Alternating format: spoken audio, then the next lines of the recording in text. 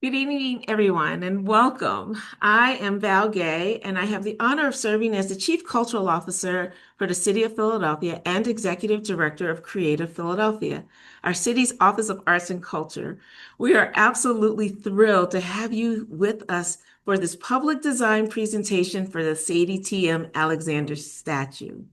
Now, whether you've studied Dr. Alexander's remarkable legacy for years or are just learning about her now, we hope tonight leaves you not only inspired by the designs you'll see, but also deeply connected to this moment and to our work at Creative Philadelphia.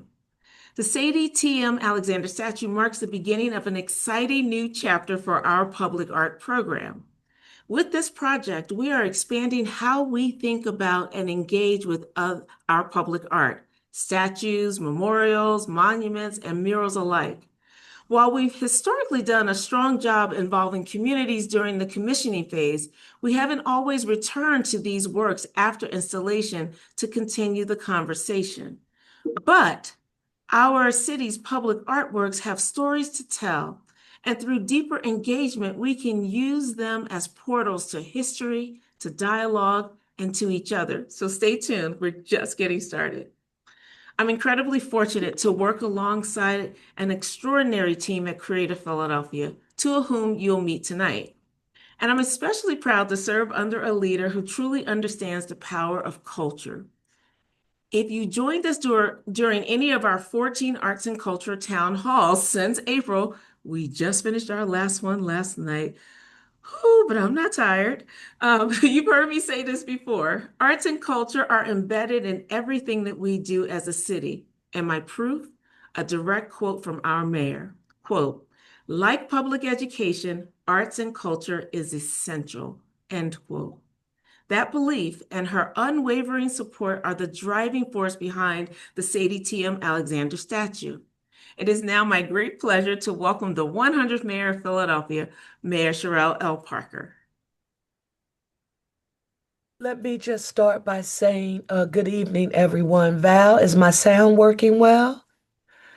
I want you to know it is Yes, ma'am. definitely an honor and a privilege to be here with each of you on this evening.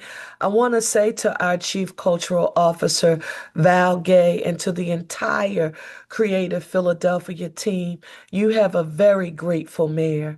Each of you are dynamic in your own right, and the added value that you have brought to the table as it relates to arts and culture and it being essential to Philadelphia, it is not just something that we are saying. People have told me that they can tangibly feel it. And that matters to me because arts and culture changed my life and gave me access to an opportunity, quite frankly, to see myself in a space and place bigger than the socioeconomic status that was before me. So, to the family of Dr. Sadie T.M. Alexander, who's present, thank you all so very much. I do get an opportunity to say that Ray and Karen, I'm not sure if they're both on, but they know this is something that I have been working on long before I became the mayor of the city of Philadelphia and thinking about the significant trailblazing, trend-setting contributions that required so much courage and fortitude and strength that we needed it to be lifted up here in the city of Philadelphia. So, to all of the statue selection committee, I'm grateful to you. If there's one job that I would not want to do, you may not want to be mayor, but I don't want to be a part of the statue selection committee. I don't want that responsibility. I thank you all so very much for taking it on. To all of the five finalists, Vinny and Tanda and Raven and Alvin, thank you so very much. And then there is and I hope I get this right, the team Wilson, Hayes, and Hanzo. Thank you all so very much. I look forward to celebrating the extraordinary life and legacy of Dr. Sadie T.M. Alexander, a true trailblazer whose courage, intellect, and service opened up doors for Black people and inspired generations. You already know her story, but all of this was a part of my educational plan when I laid out to work on this when I was in city council. I reminded Philadelphia to never forget that Dr. Alexander was the first African American to earn a PhD in economics in the United States and the first Black woman to graduate from the University of Pennsylvania's law school. As a civil rights activist, she was a founding member of the Philadelphia Commission on Human Relations. Again, deep roots and legacy, and was also the first Black woman to serve as an assistant city solicitor for the city of Philadelphia. So, for those of us who know Sharice Lilly and Shelley and all of the people, they stand on Sadie T.M. Alexander's shoulders. So, that just gave me goosebumps to be able to say that. She also served on President Truman's Committee on Civil Rights and was a founding member of the National Lawyers Committee for Civil Rights under law and a very distinguished role that is significant to me. She was also the first national president of my beloved Delta Sigma Theta Sorority Incorporated. So it is safe to say that Dr. Alexander shattered boundaries and, in essence, redefined like what is possible for African Americans and women and leaving a legacy that continues to empower us all. As mayor, I am especially proud that we finally have the opportunity to honor this remarkable woman in our great city, sixth largest city in the nation, the birthplace of democracy. The project is long overdue, but it will serve as a powerful and a permanent tribute to Dr. Alexander's enduring impact. This statue is to be installed at Thomas Paine Plaza. People drive by like right now and they see the construction and the work taking place. And I've had several people saying, the statue, is it being installed like right now? And I'm like, no, we have some other work to do around the building. So I'm honored that that place in space, which is the key entree where the majority of Philadelphians go to pay their bills, access government and city services. So people for generations to come will be able to say, who's this Dr. Sadie T.M. Alexander? And it's a symbol for us of resilience, justice, and excellence. And I also right now want to take a very special moment to thank the family of Dr. Alexander, as well as the selection committee and Creative Philadelphia team for helping to bring this vision to life. I had seen some work, and I want to be as diplomatic as I possibly can here. I had seen some work done in other places to lift up Black women, and excellence did not appear to be the foundation on which the project stood. Here, nothing but the best and excellence has to be the foundation because we are at war with the status quo in the city of Philadelphia. And in everything we do, we want our people to be able to see, touch, and feel excellence. And I don't apologize to anybody about that.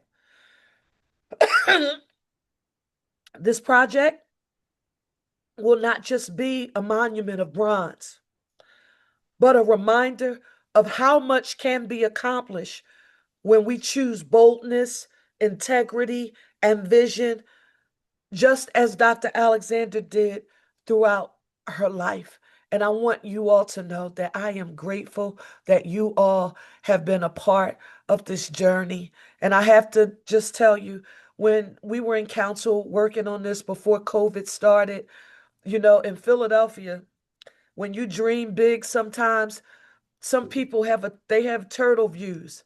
They don't have giraffe views. I'm talking about big picture.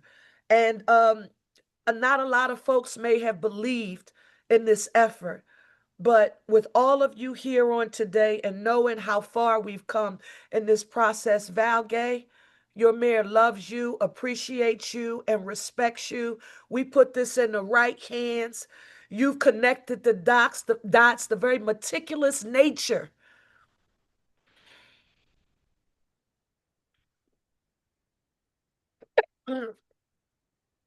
that we require to produce the best. You embraced it all. I'm grateful to you. And I thank you all so very much. This was supposed to be an easy thing for me here on the day. It's not that darn easy. Thank you all so very much. I appreciate it and I'm grateful, okay? Thank you. Mayor Parker, thank you, thank you, thank you so much. Your presence means so much to us, and we're so grateful for your leadership and your presence. And it was not hyperbole when I said that you've been the driving force behind this. This doesn't, what we're about to see and all of this work that's happening doesn't just happen. And if it wasn't for you, we know this would not have happened. And so we're really, really grateful for you. And you say, Madam Mayor, you say that you don't want to be a part of the selection, but you're gonna have a chance to vote. I'll bring the ballot up to you, okay? So that you get to vote too. Because that's the beauty of this. This is going to be our statue, the city statue, and I'm so grateful. And we are voting as the public, because I'm not on the selection committee either. So then also finally, now I'm delighted to introduce another powerhouse in this work, our brilliant director of public art, Marguerite Anglin. Marguerite. Well, thank you, Val. And thank you so much, Mayor Parker, for being here and for that inspiring introduction and welcome. And good evening, everyone. My name is Marguerite Anglin. I'm the Public Art Director for Creative Philadelphia, and I want to thank you all for being here tonight for this significant milestone in the Sadie T.M. Alexander Statue Project. Um, this evening, you will hear from each of the artists who are competing to create the statue. And as you're about to see, each of these talented artists have created very unique designs that tell different stories about Dr. Alexander's significance to Philadelphia and her contributions to our nation's history. And so let's advance the slides and let's get to it. We've already been through our welcome. So we're just going to quickly, the goals for tonight are to provide a quick overview of what's happened so far in the Sadie Alexander statue commissioning process. Then you'll have an opportunity to see and hear design presentations from each artist. And then you also have an opportunity to ask the artists questions about their design so that you, as members of the public, can be informed as possible as you complete an online public survey about the designs, which we'll be sharing a little bit more about later. Next slide, please. So here's our agenda. We've already done the welcome and goals. We will do a really brief overview of the project, what's happened so far to lead us to today. And then we will go into the finalist design presentations. And then we'll have our Q&A session and discussion from you, members of the public, and then we'll just follow up with next steps. Next slide, please. So as you probably have seen, this meeting is being recorded and it will be made available online. During the Q&A portion, which we're going to hold questions until after all of the artists do their presentations. At that point, we'll invite you to share your questions. You'll just click the raise your hand at the bottom of your screen and you'll be called on to unmute yourself. And just a reminder that we encourage a conversation for everyone to have with the finalists. So just keep your questions brief and we ask you to respect everyone's time and ability to speak. Next slide, please.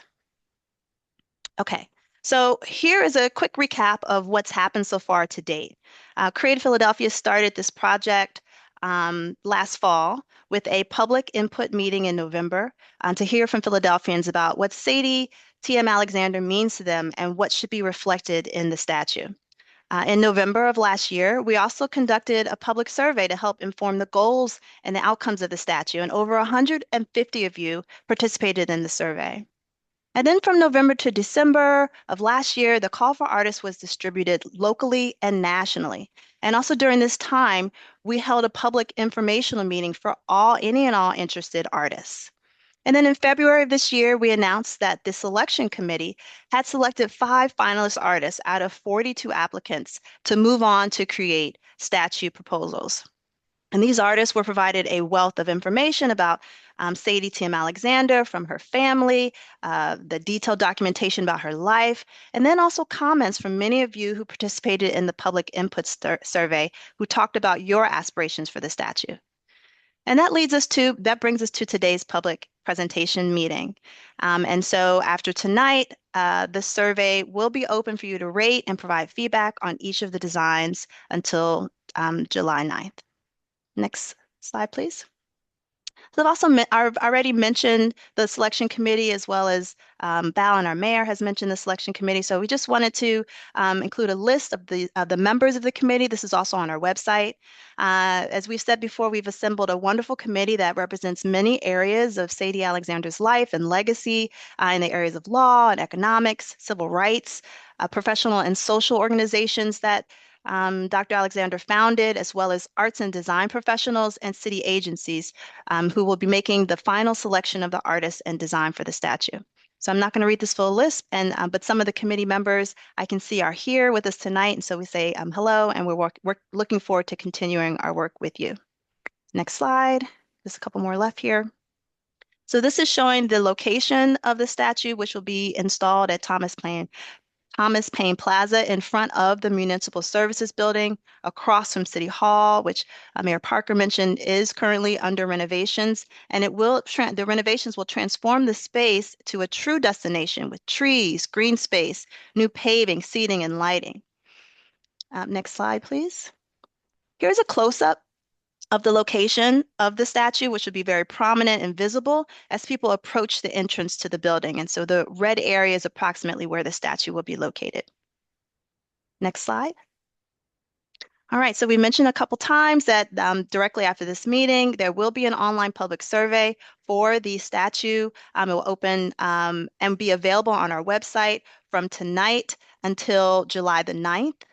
The survey will include the artist renderings and models that you will see tonight. And in addition, you'll also be able to read a brief written narrative and hear an audio description. So if there's any of your friends or family who haven't attended tonight, never fear, they will be able to hear directly from the artist's own words explaining their vision for the statue. The survey will ask you to rank each of the artist's designs in 7 unique areas on a scale from 1 to 5. And so during these presentations tonight, keep these in mind, and these are the areas that you'll be ranking. Artistic excellence, how excellent is the design visually and artistically? Likeness, is the statue easily recognizable as Sadie T.M. Alexander? Essence, does it capture her humanity, her humility, her resilience, determination, and strength? Emotional qualities, does it make you feel motivated, inspired, enlightened, proud, and hopeful? Educational qualities.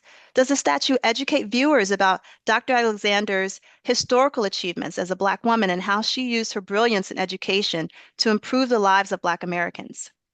Connection to youth. Does it inspire youth to use their minds and talents to make a difference in their communities as Dr. Alexander did?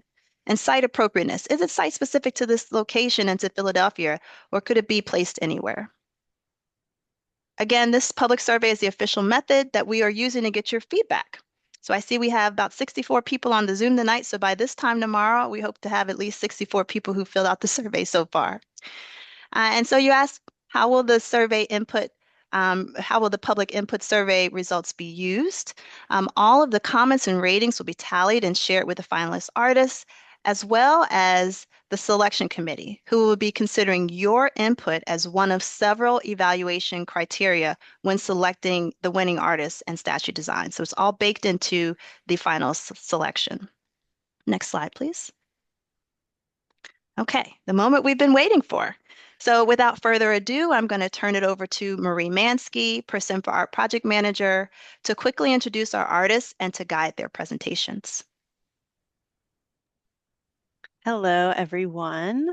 So, as Marguerite said, we've made it to the most exciting part of the evening, hearing directly from the artists. And each artist will present their vision for the Sadie T.M. Alexander Statue Project. And the presentations will run back to back. So each team will have 10 minutes to share. I'll give a 2-minute warning as we near the end of each presentation. And I will let you know when your presentation has concluded at those 10 minutes. So again, if everybody could hold questions until the very end of presentations, that would be great. And just to quickly introduce, tonight you'll be hearing from Vinnie Bagwell, Raven Shalia DeClark, Tanda Francis, Alvin Pettit, and T. Wilson Hayes Honzo. All right, so let's get into it. Without further ado, Vinnie, I'll bring your slides up and I will get my timer up.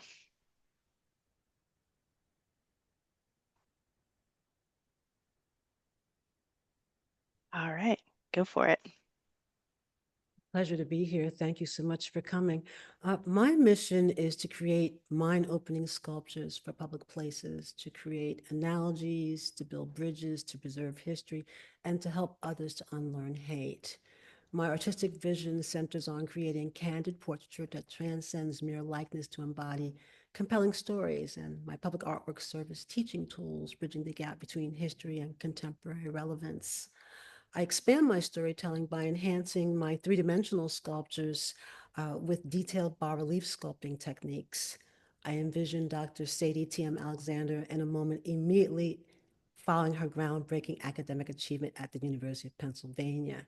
Still partially dressed in her graduation regalia, she firmly grasps the United States Constitution, and the outstretched hand offers engagement, signifying her commitment to accessible justice, and it complements the Constitution, underscoring the active interpretation, application of the law in pursuit of justice. This post encapsulates a pivotal moment poised at the cusp of her transformative career dedicated to legal and civil rights advocacy. The sculpture will be 9 feet tall. It's a bronze, standing on a wide beveled black granite pedestal with her most relevant quote polished on the stone. And it will read, "The future of our nation depends on our willingness to uphold democracy and justice for all." She is Philadelphia's First Lady of the Law, Sadie Tanner Moselle Alexander. Next slide, please. And if you could speak up just a little bit, Vinnie, someone just put in the chat that it was hard to hear you. Oh, sorry. Okay, next slide, please. The sculpture's power lies in the details. Dr. Alexander's gaze is intelligent, determined, yet subtly warm. It speaks volumes about her life's journey. The subtle curve of her mouth that hints at both the burdens she carried and the triumphs she celebrated. The straw hat, which was requested originally by the family, far from mere fashion, symbolizes Sadie T.M. Alexander's conscious assertion of presence in a world that sought to diminish Black women. The crown's expansive shape alludes to her far-reaching influence on generations to come. Magnolias, which represents her resilience and dignified strength. She's a woman who bloomed amidst adversity. The Constitution of the United States held in her hand serves as a powerful symbol of her lifelong commitment to justice and equality. The page is open to the 14th Amendment's Equal Protection Clause. This cornerstone of American jurisprudence mirrors her unwavering dedication to ensuring equal rights for all. Next slide, please.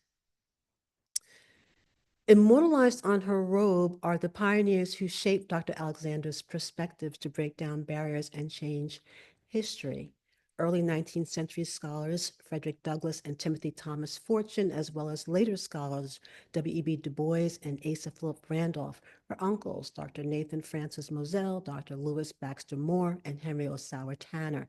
Her husband, Raymond Pace Alexander, and allies, Frank Charles Coleman, Edgar Amos Love, Mary Church Terrell, and Mary McLeod Bethune represent the leading edge of progress in the early 20th century. Other luminaries include Charles Hamilton Houston, Thurgood Marshall, Constant Baker Motley, and the Reverend Dr. Martin Luther King Jr. Embossed on the lining of the robe is an African violet, the official flower of her sorority, Delta Sigma Theta Incorporated. It represents the strong bond between its members and their dedication to the organization's ideals. Additionally, the African violet's colors align with those of Omega Psi Phi Fraternity Incorporated, symbolizing the special connection between the two organizations. The sorority's motto, intelligence is the torch of wisdom, and the Greek symbols Delta, Sigma, Theta are below. Each day, the world offers us a choice to uphold dignity over indifference. Thus, the ripples of the flowing dress and the wind-blown robe represent the forces of change Dr. Alexander navigated and propelled. The Sankofa, an Adinkra symbol representing a philosophy of remembrance on the back of the robe, is a call to action. With bans on our literature, attempts to distort our history, and legislation threatening our existence, it reminds us all of the importance of being stewards of this nation's legacy now more than ever. The beauty of my public artworks is that they are accessible for non-traditional interdisciplinary teaching approaches. Outreach efforts will be initiated to partner with local community-based organizations, artists, and the public school district to create experiential learning programming that will immerse the local community into my creative process and expose art students to school-to-work strategies and the path to self-employment in Philadelphia's public art arena and beyond. In-person public programs and pre-recorded broadcast programs we developed to activate the community at large and create excitement and interest in the public artwork. Thank you so much for being here. I'm open to questions. Thank you. Great. Thank you so much, Vinny. I'm sorry, I raced through that because No, it's all good.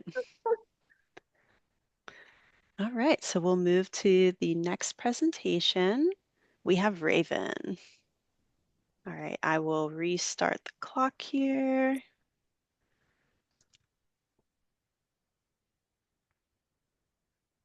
All right, go ahead. Perfect. Good morning, good afternoon, and good evening, everyone. I'm Raven de Clark, and I'm based in the UK, so bear with me, it's quite late. But thank you for having me within this space. May I first start by saying that the work on this project I've been doing this year has truly been a highlight of my practice. To learn more about Dr. Alexander and her tireless work, I found that through my research, regardless of where this project is based, I've witnessed the universal parallels emerging within research, which I feel really resonate across the globe. I'd like to start really this talk with my intentions and particularly where I'd like to begin, just firstly saying how amazing Sadie's legacy truly is. This piece for me doesn't symbolize a closed chapter in her work, but rather an ongoing contribution, a kind of invitation, if you will, to continue that further public participation. This artwork is not about a figure from the past, in my opinion, but it's about presence, about visibility, and it's about a power, a refusal to keep quiet. My practice, I'm a digital sculptor, and this project very much resonates with what I do as a digital sculptor in that space. Very much through this research journey, which I will discuss with you all, and particularly as it relates to my sculpture, which you can see on the screen, titled Democracy's Battle Cry, which is taken from Ruth Wally, as I read within the Kenneth Mack book, Representing the Race. And in this context, what Wally speaks of this democracy's battle cry. In this context, democracy was the language evoked by the civil rights activists that emerged in the nation after World War II. And this very much for me typifies a lot of the work that Dr. Alexander was doing in her time. Now, I won't particularly read off the slides, and I will allow you to read it, of course, in your own time in the kind of public voting place, but I do want to qualify what you will see in some of the renders. So as a digital sculptor, the image you see on the screen is a digital file that I've produced that dictates the artwork that I hope to create. And if you move to the next slide, you can see this from a few angles on the following screen. I would, and I recognize that there are still areas for development in my piece. I would love to continue to work with the committee, the council, and the public to further refine this piece as a form of ongoing participation, particularly those kind of emotional and psychological qualities, and how it can be further activated in the space through the Learning Engagement Programme. What is not entirely apparent in the designs, and which I would love for you to kind of get up close and really be able to deal with, is the kind of inherent texture of the work. As a digital sculptor, I've been working tirelessly on the past few months to bring in this idea of realism, both in likeness, but also in the way in which we stage clothing, which typically is a difficult job to achieve within public sculpture. How can we lend that digital practice to this form of placemaking within public sculpture? And what does that mean as a kind of unified piece at the end? So particularly the amount of detail that we've been able to include within particular elements of garment design, and hoping to really move this piece into a more contemporary archive of Sadie's life, both physically and conceptually, within a city that is littered with so many other beautiful sculptures.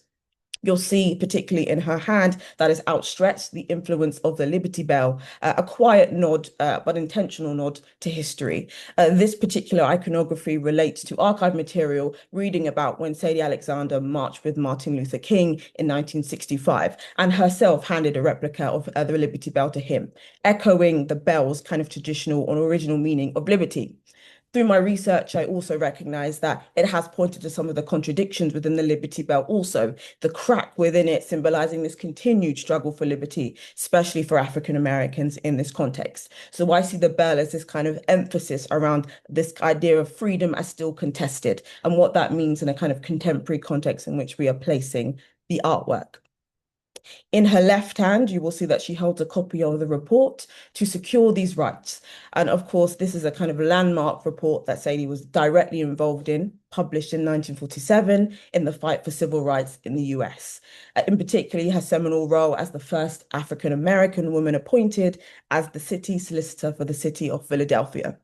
The title itself, To Secure These Rights, is a title that is borrowed from the well-known section of the Declaration of Independence. And particularly why I enjoyed this part of the title of the book is because it talks about these inalienable rights for all men. And really, while Sadie was very much advocating for African Americans in this context, it was also about having full rights for all people as the Constitution allowed. And so we wanted to bring these two very important parts of the iconography into the artwork, and recognizing the kind of broader liberal vision for the expanding civil rights, not only in this post-war era, but as we're currently seeing being played out in our current context.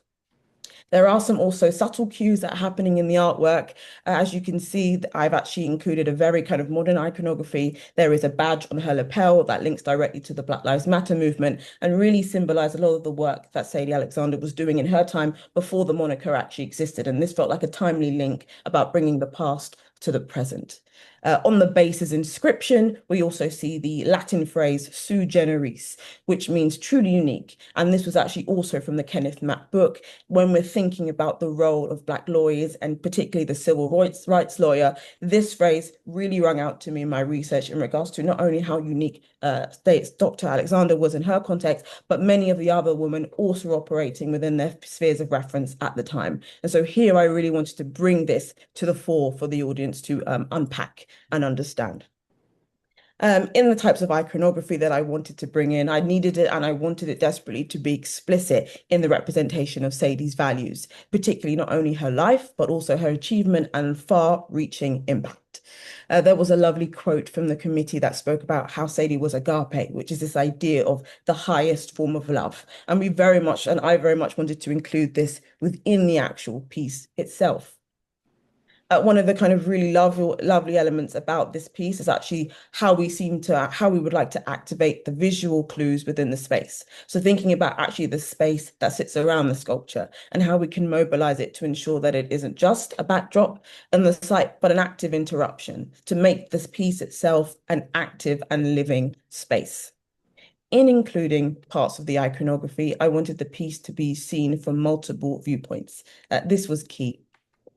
I wanted to create a space around the sculpture that allows for greater continued public interrogation, especially from the youth and younger generations of the day.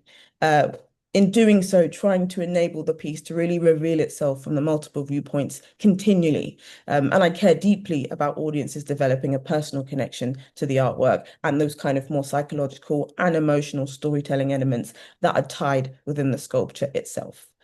My hope for the sculpture that it isn't a piece that can be glanced at and passed by, but more so to sit in the sight as a message or a mirror, let's say, for younger audiences to feel in all ways motivated, inspired, enlightened, proud, and hopeful. Next slide for me, please.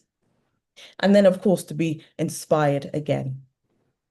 So in this context, I've showed a few more angles of how this will be activated in the site, with the hand outstretched and the book being held in her hand. And really, in my mind, this site matters as much as the piece does. It's standing in the center of a critical civic space within the city. And this is an important moment of activation for the piece itself. It will be in good company with the Octavius Cato statue on the south apron and the upcoming Harriet Tubman statue. And so I see this as kind of a trio or a constellation of what we see of Black historic figures embedded in the heart of Philadelphia. I will largely come to the end by saying that a lot of the work that has been put into this particular sculpture is set around 10 key adjectives that we really will put forth within our original committee meeting. 2 These minutes. of course, these are freedom, resilience, ethics, brilliance, or also ethics, humanity, curiosity, determination, strength, and dignity. And obviously there are so more that we could do to bring in kind of this legacy of Sadie Alexander. But for me, these are the key elements that we really wanted to bring out within the sculpture. I want audiences to see it. I want them to feel it. And I will work hard to continue to bring lightness to the sculpture and hoping to animate it actively within the space. Thank you so much, everyone. I really appreciate the opportunity to speak, and I welcome your feedback. Excellent. Thank you so much, Raven. All right, so we will now move on to our next presentation, which is Tanda. Tanda, I'll get the clock going here. There we go. All right, here we go.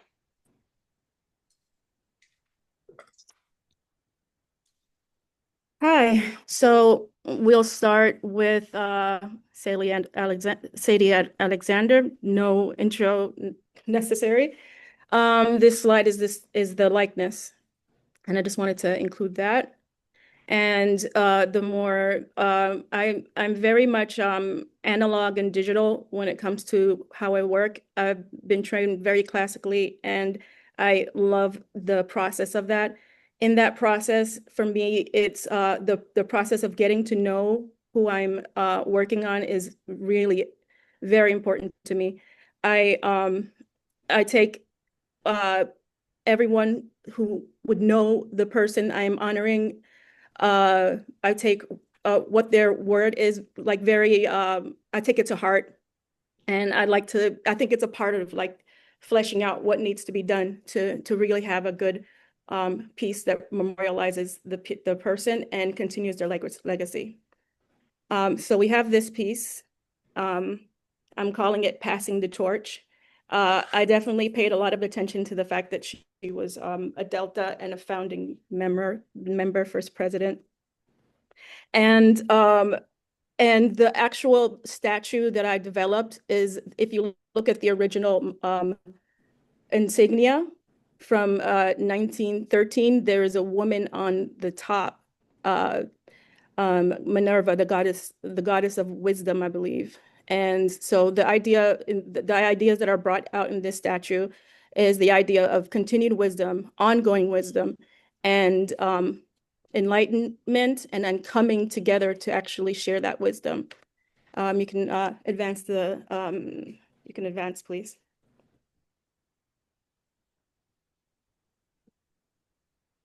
The other one. Thanks. And so this is the piece. If you look at it, maybe I can, I have a little model here. I can come up a little closer. This piece is meant to be something to be examined by coming up to it. You have one image when you're far away, and you have this kind of mix between this classical approach and this kind of, I read that she loved the Victorian era and that style. So I focused on having that kind of, I mean, for me too, I like to mix sort of the Victorian and the and with the contemporary to tell the story of our place as dealing around Blackness in the United States. So that color comes into my piece, and that story of these kind of Victorian silhouettes comes into play. You can advance, please. And I am very much motivated by doing these pieces and having a story that workshops that feed right into the piece. Literally, these it's a game. Like basically, if you think about gamification of a public sculpture, like these, and the fact that Sadie Alexander was a writer, wrote her correspondences and her papers that were in the academic record were handwritten. So I focused in on that and bringing that to connect the youth to the piece itself. Kind of like you imagine, kind of like action, call and response by virtual presentation. So and accessible by on site, including in the crevices of the piece itself. They're augmented reality that is like triggered by images, and the actual statue itself is a classical statue, but some of the images on the piece trigger information, including the visitors. The first round of visitors would have their pieces embedded into the details of the piece. On first glance, it'll look like a classical piece, but it'll actually be something that can interact digitally with visitors. Advance, please.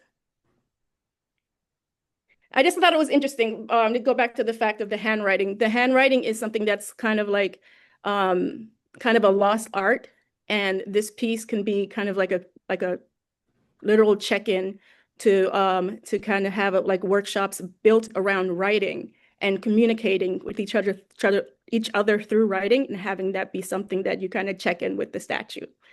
Do we have any more slides?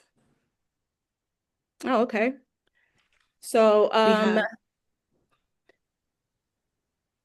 think that's it for now.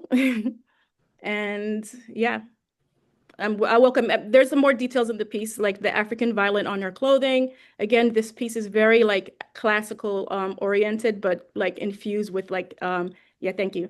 Infused with a contemporary, and that is completed by the visitors who come to visit.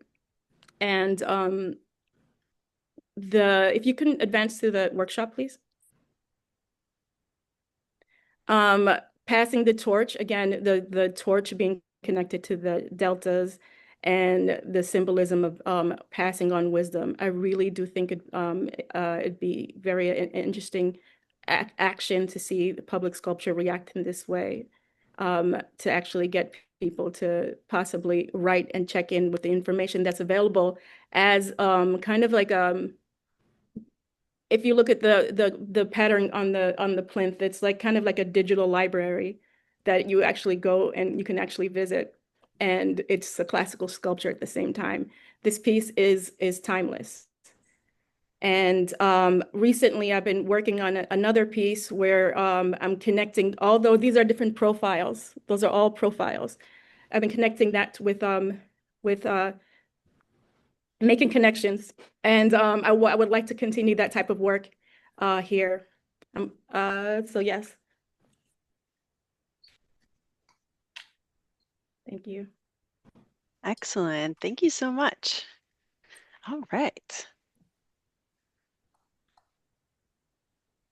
Passing the torch. All right, so we have Alvin next, and let me get my timer up.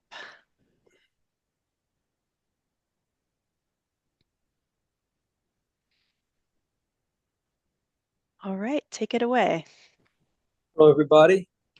Um, so basically, good to be here. My concept is, well, the way I started is that Sadie Alexander, the more I read about her and I studied, she did so much. And basically what I'm saying here, she did so much, it was really too much information for me to try to consolidate into one work of art.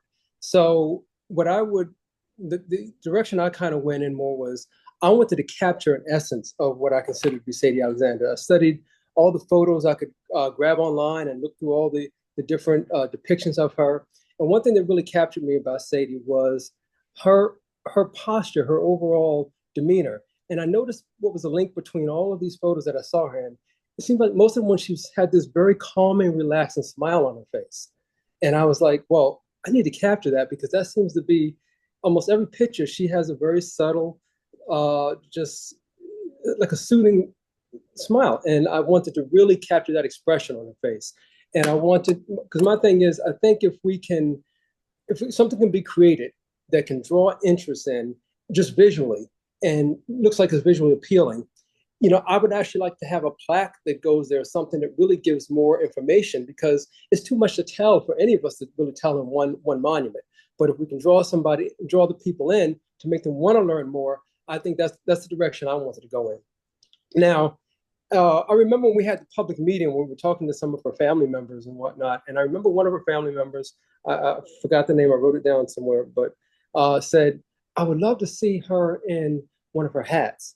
And when I first heard that, I was like, and I went to look for the reference, I was like, oh, no, these hats are just wild, there's this huge hat she had on. And then I says, wait a minute, maybe that's a direction to go in because these hats, they kind of, even though her smile was calming and her demeanor looked calming in the pictures and her stances were very still like, her attire was very confident and very assertive. And I went with the most elaborate hat I could find her in. And it looked like there was one that was made of some sort of, I couldn't tell if it was feathers or wool, but I said, I gotta capture in that hat. And not only is it just capturing her in the hat, but also this tells the story of African-American women attire. Some of us call these the church lady hats and whatnot that sometimes is known in Black culture, but not out of Black culture all the time. So I figured that this story needs to be told, and to have such a prominent setting right there in downtown Philadelphia in front of the municipal building to bring that culture and to bring that essence of African-American attire, women attire, and have it right there in center stage, I think is an educational opportunity that shouldn't be missed. And I also wanted to capture kind of her essence of the way she stood in a lot of her pictures, but I didn't copy any one photo. I created the pose, but I wanted to just kind of capture her overall demeanor. Now, also what's important is I do have her holding a book. I haven't titled the book yet, and basically I would like to do something that would also create public interest and keep the public engaged. So I wanted to actually send the book out, if I get the piece, to send out the like a call for a title for the community in the city of Philadelphia.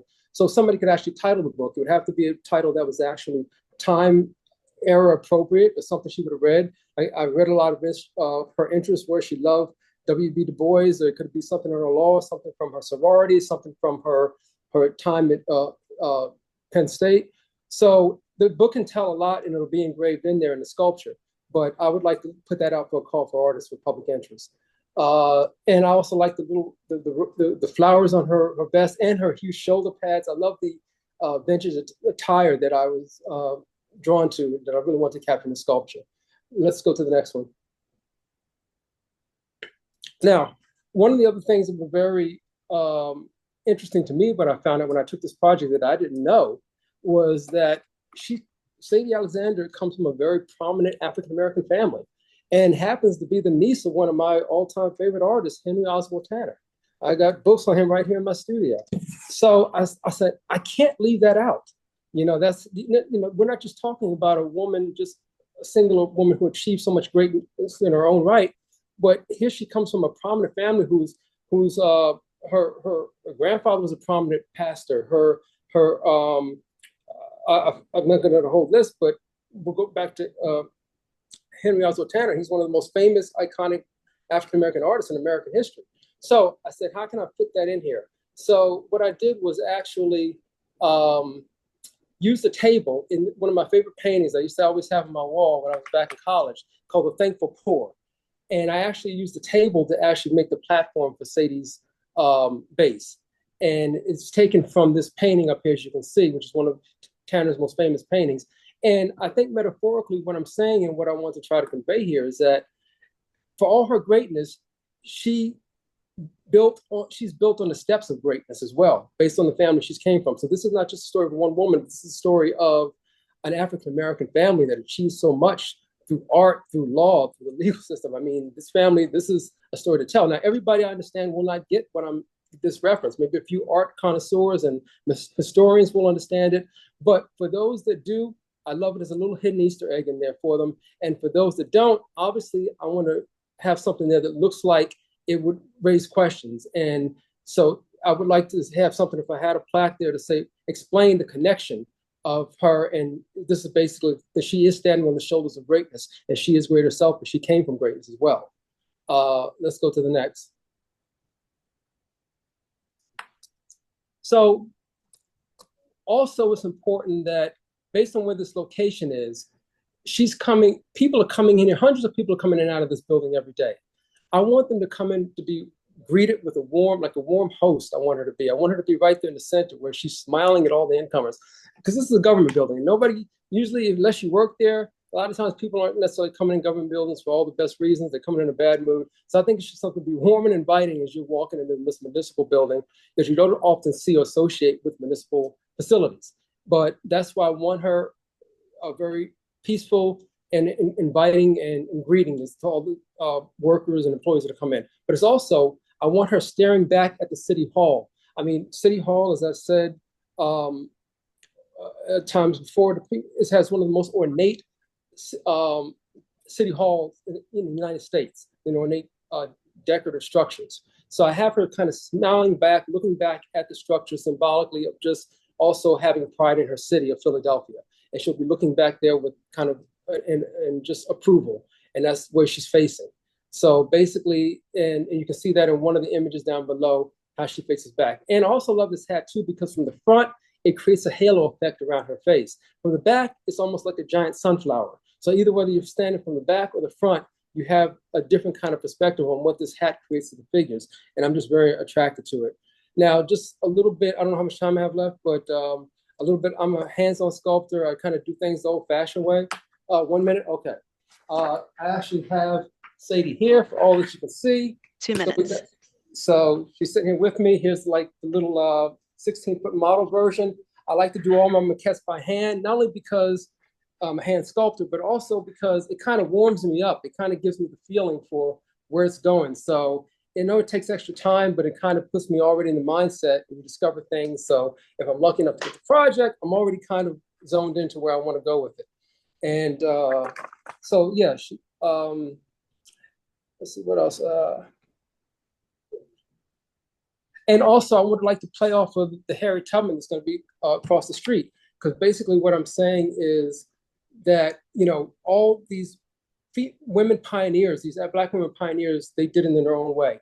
Now, I don't know where Harriet's a much more, you would say a little bit more of like a war-torn sort of different type of mood to that one. I want Sadie's just the opposite, where it's more of a feel-good, happy, and where this lady kind of accomplished so much while doing it with a smile on her face. And I like that, and I like to show that these women, these pioneers that shaped history for not just Black Americans, but Americans all around and people around the world, they all did it in their own way. One did it through war, one did it through physical endurance, and the other did it through education and academic excellence.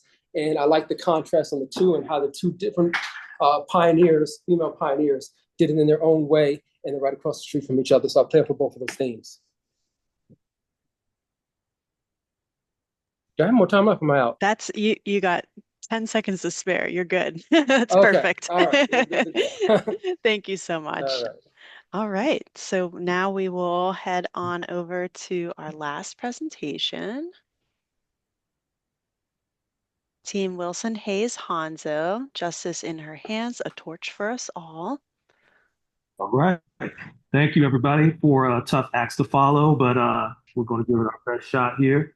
Uh, I'm David Wilson, Stephen Hayes, and we have a Corey Hanzo in the virtual Zoom chat here presentation. We are Team Wilson Hayes Hanzo. We're a North Carolina, Philadelphia based public art team. Stephen and I have worked on multiple projects together. This is our first time collaborating with Corey. We have a really organic, kind of natural connection from North Carolina to Philly through just personal life experiences. My uncle, aunt, and cousins live right across the Ben Franklin Bridge over in Somerdale, New Jersey. So multiple summers of going up and visiting, staying with my uncle, or them coming down to visit. I grew up in West Virginia, about an hour outside of Pittsburgh. So kind of having these natural connections to Philly from a child up till now felt right to just, go after this project and um, collaborate with a Philly-based artist, Anna Corey. Want to give thanks and praises first and foremost for this opportunity to the Heavenly Father and to the Lord for this opportunity because as creatives, the inspiration and the spirit comes from Him. And really looking forward to going through our presentation and sharing it with you and then answering any questions you might have. So the first slide, please, if you have that queued up, you can see there's multiple thumbnails of what our design proposal is putting forth.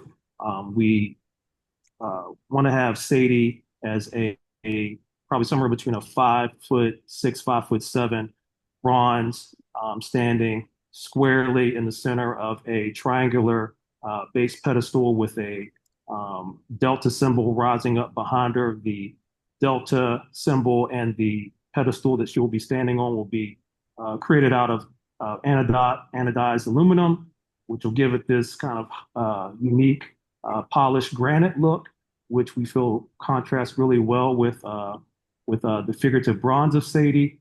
You can see her adorned in the classic style and the clothing of her era. She has on a kind of a classic pencil skirt and a textured suit jacket, along with that very authentic silk blouse with the huge bow on it, and her classic kind of brow line glasses. We thought that was very appropriate to kind of capture her keen sense for style and her honoring of fashion sense for her era. Stephen, can you hear me? Yeah. Yeah. I also wanted to add that when we first got together to speak about this piece, first I'm just humbled to be around in the company of amazing artists such as the team and the other artists that are presented tonight. But the more important thing about me for this piece was as a Philadelphian, I wanted to share with them before we started that this piece is very important to me for the city because as growing up, I remember the key pieces I remember seeing growing up with this Rocky statue and the clothespin. So for the opportunity, let them know like we get to build the next piece. So if we get this opportunity, y'all, all of us, all the artists here, we get the opportunity to create something that's a part of Philadelphia that is, to me, it gets us to build something that's it's just a real person as opposed to that Rocky statue. The resilience that he had, and just a powerful piece that just speaks Black excellence when you see it, and just give her the glory and when people see it, automatically they're just interested in just keeping in mind that this is, like I said, a prop potentially be like a permanent part of the city. So for me, it's just a big opportunity that we get um, to work on a piece like this that covers that and adds so much to the bigger picture of our city and speaks a lot to the resilience and that she's the first. And that's a very important thing that the city needs to know and be educated about. Indeed, Corey. Thank you. If you look at that first slide where it's parked, you see thumbnails off to the larger depiction of Sadie. There's a thumbnail there that's from the left middle one where she's holding a book in her hands. with a miniature courthouse inside of it. We want to give Stephen an opportunity to speak about overall just the bronze process that he would be focused on, the life-size representation of Sadie, and then speak a little bit more about his process. Yeah, so think about the sculpture of Sadie, her face. I wanted to also encapsulate her smile and how she smiled, but it wasn't like a very strong smile, it was just a very relaxed smile. People to honor, be there in her presence.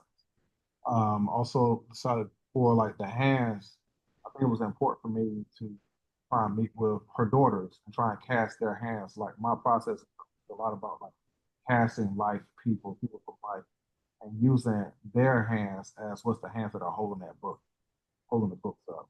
So I wanted to cast their hands and put them in the sculpture. I thought that was very important because that's part of her legacy, her daughter, what they're going to do to the future, for the future.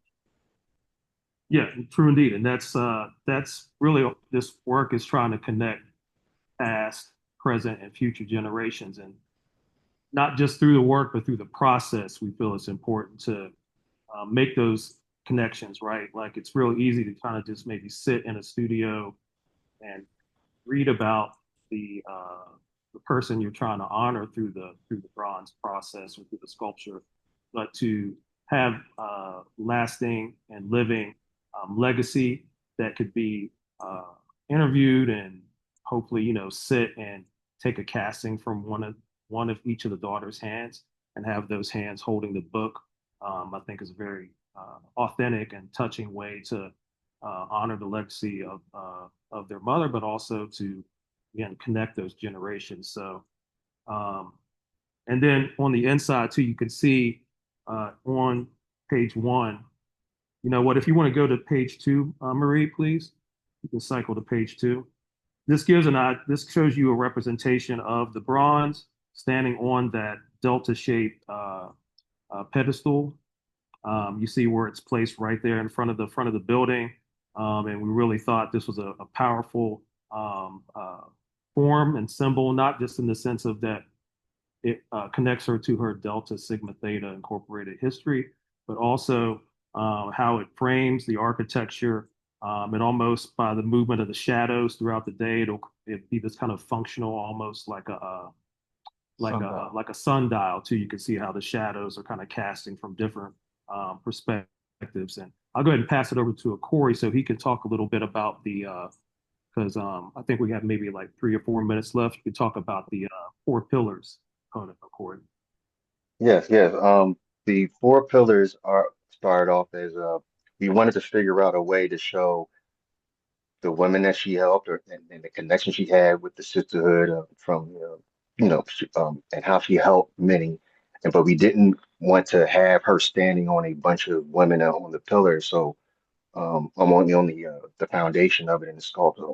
So what we did was we took the courthouse and created, and we started with 4 pillars. If I could show you just one moment. Sorry, if I could show you. Sorry. Okay. Sorry. Can you see my screen? Yeah.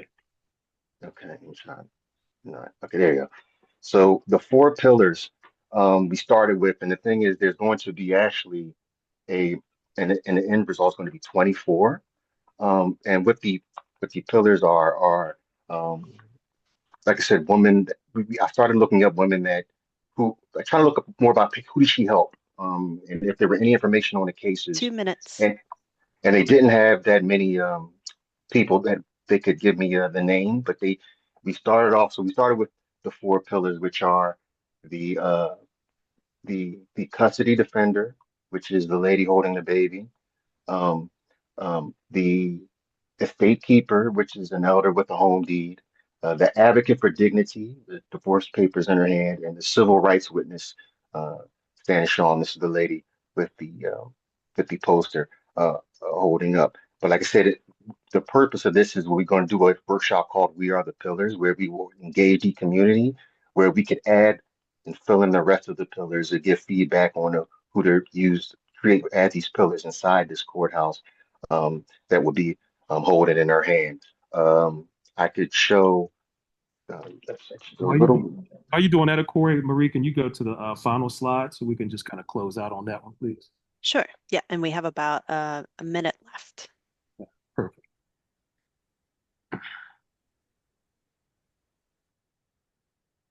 So while Corey, you pulling that up real quick, just tying in what we think is a really unique component to the overall memorial too is having this leading edge technology where it's using spatial reality, where you come up and the memorial will almost act like a trigger, where you hover your device over a certain portion of it and the digital representation of Sadie will come up. As you can see, she waved and smiled at you there in the presentation, but it's also a way for the youth to connect. And learn about her. You can ask Sadie questions, and she can talk about her legacy and her life.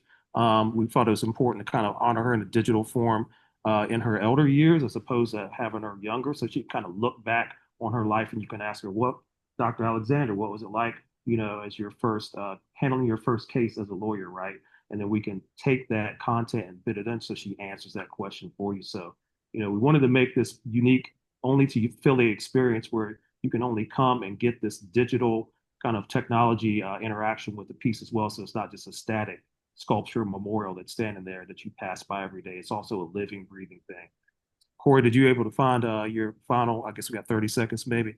Yeah, 30 seconds. So these are just the close-ups of the first is sculpts of the four pillars, so you can see them in a little bit more detail. Where we had, like I said, the custody defender, the lady holding the child,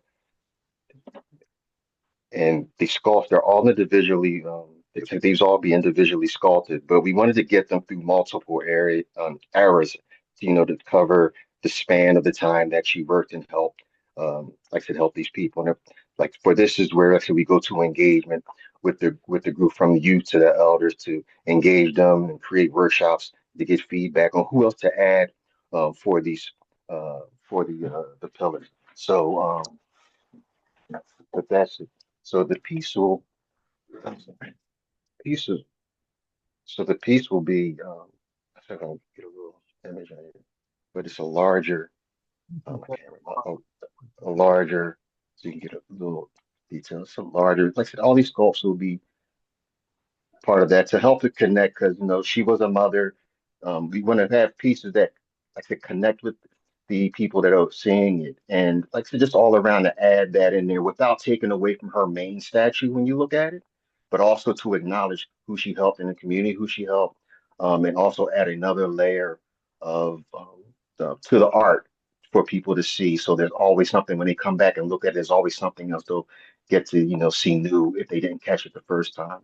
Like so. Thank you. That is time. All right. Well, thank you so much. And we can keep the conversation whenever we move to the Q&A session.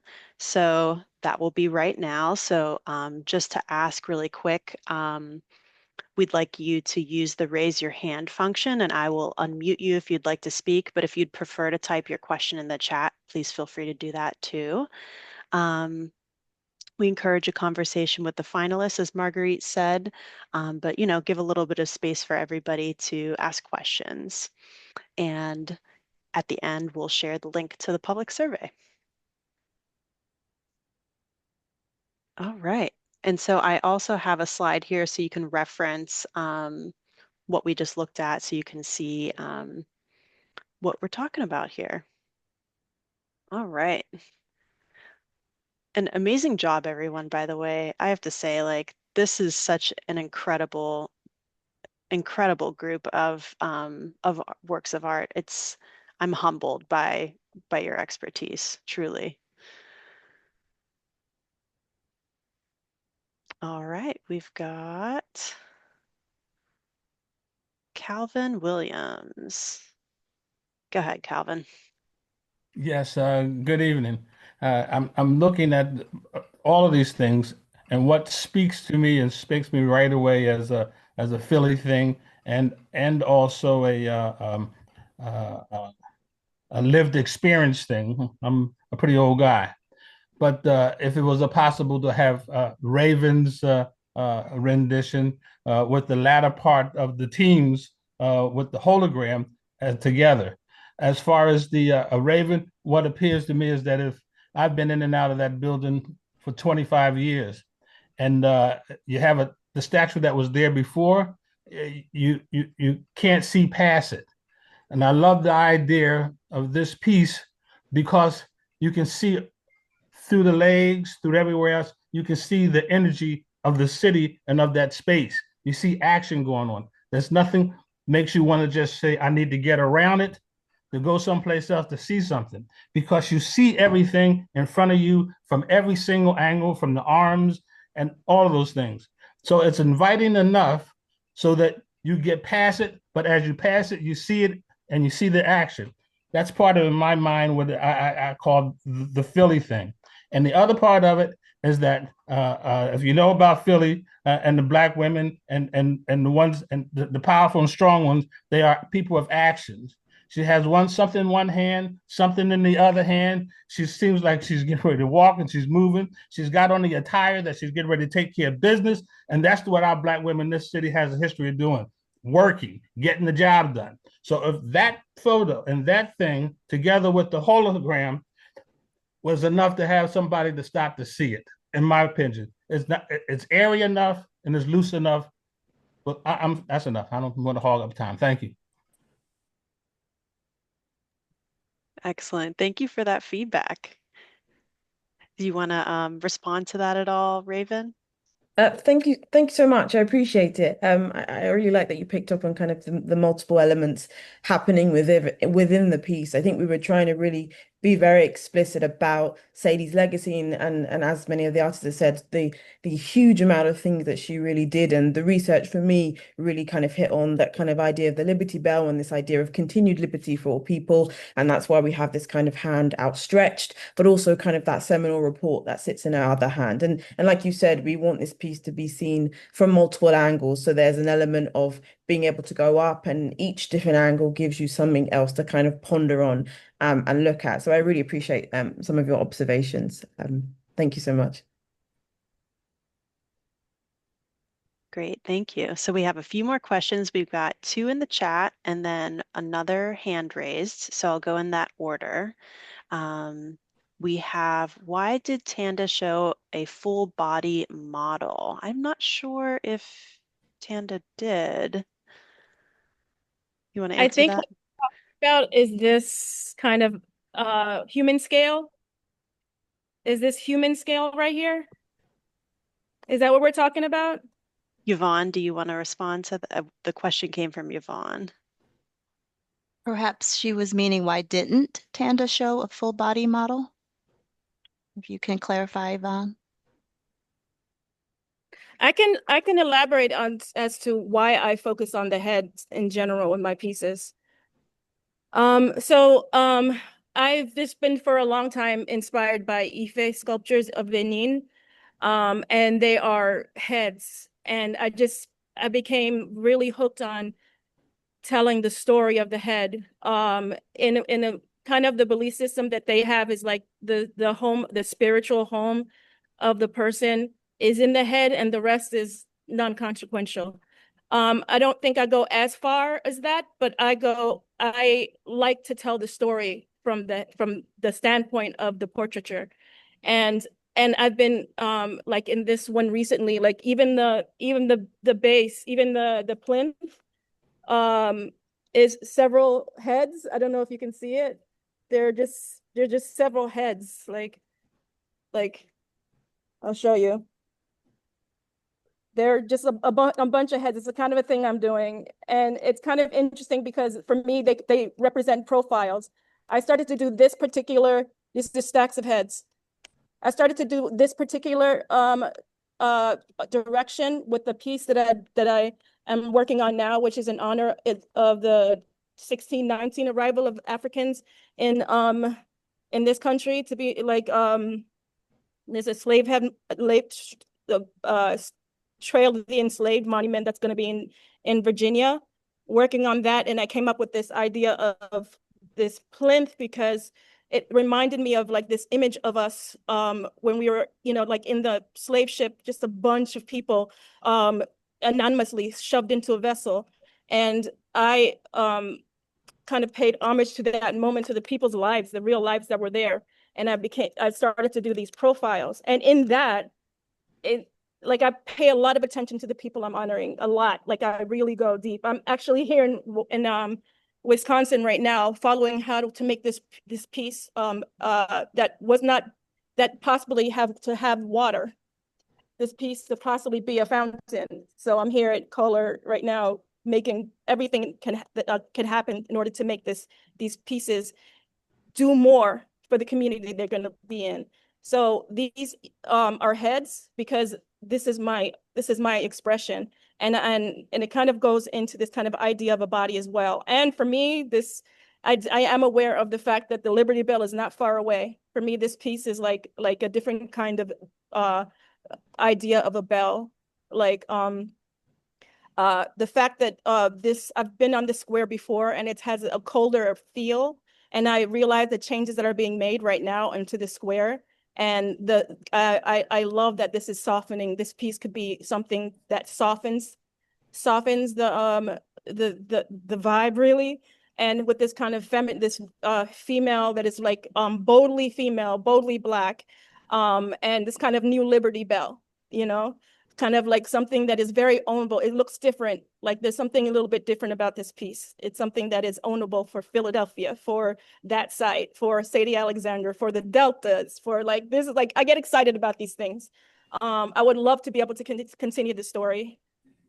So any other questions, you can find me. I'm willing and waiting to answer any of this, especially if it's able to be made. I'm very excited. Thank you. Great. Yeah. So we have a few more questions. It looks like Yvonne did have a follow-up question, Tanda. It said, how long would it take to have workshops? Do we know what the final model would look like and involve? Or of a workshop? Mm-hmm. Well, I can go with, like, I've been doing workshops. I work, my studio is connected to a metal shop, Black Brick Project, and it's a metal shop that is right attached to my studio, and I've been mentoring with the students next door at the high school. So I'm working with people in organization of this kind of mentorship program. So when I'm not there, someone else is there to take over. But the idea is that it's like a really great program where people can, right now the students are there for like a semester before they graduate.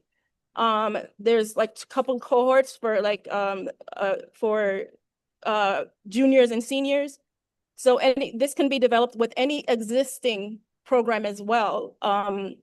It's something that it's kind of like, here's a writing workshop that is connected to Sadie Alexander, and it's a writing workshop. Like you can think of it as you want to, an art workshop, like drawing. But I realized that, like, when I saw that the writings of Sadie Alexander, the fact that was a part of her, that was a particularity. I thought it was immediately that's something that could really work towards a benefit to kids today, because we're not writing, and this could be a nice like prompt, if you will. And again, this piece right here, these are like books. This whole thing is a library. This whole thing is a library. I get excited about stuff like this. And the fact that your phone can it's lightweight. The technology is lightweight, and it can move with the piece, and the piece will just be there and it'll be as beautiful as it is today 1,000 years from now, because it's classic. So that's what I'm going for. And yeah, the workshop can be, I've done workshops that are a weekend long, and I've done workshops that are like where you check in every 2 weeks. But it's about the prompt of writing, and the kind of the things that for education and empowerment, economic empowerment, all these things are good prompts to connect to writing that can be connected to the workshop and the statue. Passing on the torch is what I'm calling it. Thanks so much. All right, so we have another question in the chat that I'll read from Sandile, and then we have 2 hands raised that I'll call on one after the other. So the next question from the chat is, for all the artists, can the artists speak about how they plan on highlighting Sadie's role as the first ever Black person to get a PhD in economics, as discussed in the work of Dr. Nita Banks?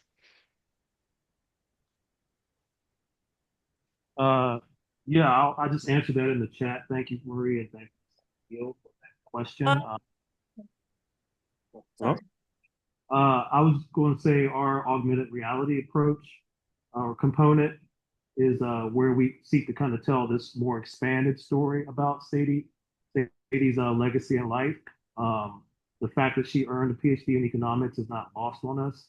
And we feel like, holding symbolically the book in her hands represents not only her passion for higher learning and what pushed her and strived her to get to these higher degrees, first in economics and then on to law and being the first to pass the bar in Philadelphia or in Pennsylvania. So, all of these accomplishments aren't lost on us, but we feel like having that digital augmented reality component will help tell those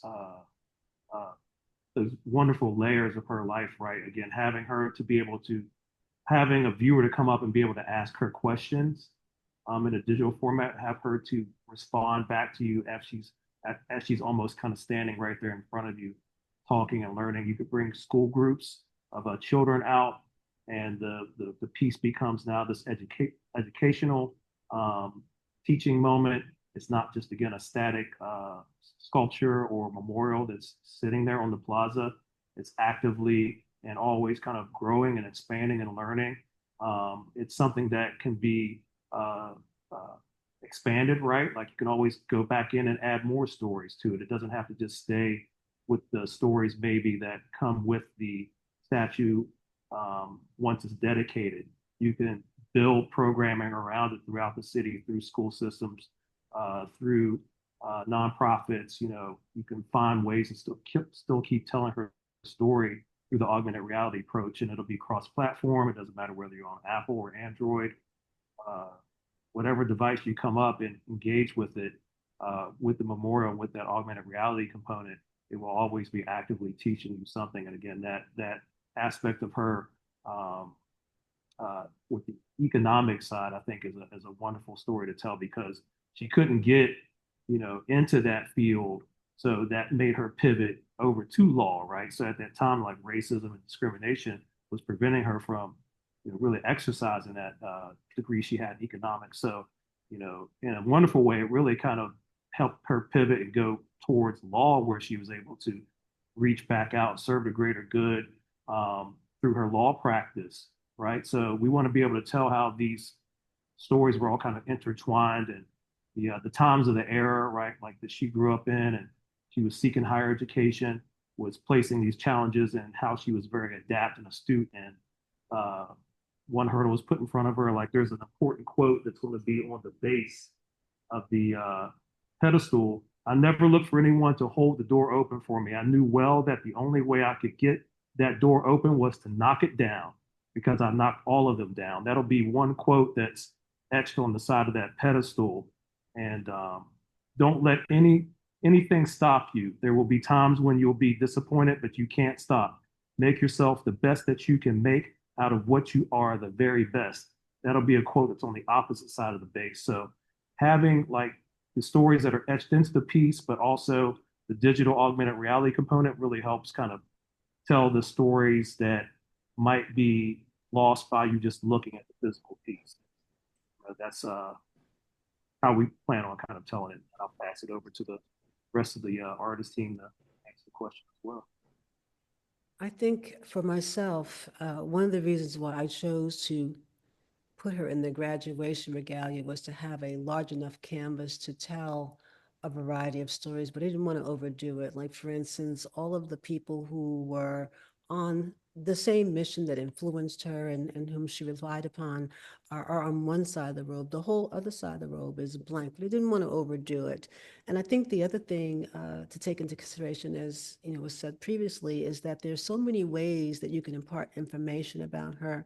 There's website development, there's YouTube videos, there's QR codes, there's augmented reality. I mean, there's so many things that you can do to begin to unpack the plethora of things that she accomplished and that she was involved with. I don't think that it can all necessarily be done on the surface or through the depiction of one sculpture. But I think there are a variety of ways that I could approach it. That would be something that would have to be discussed during the final design discussions, again, because the question is how much is enough, how much is too much, what are the most important things to say, and how do you want to say that, but there are plenty of ways that you could do it. And again, for me, if it were going to be done with the sculpture itself, I would do it with bas-relief techniques.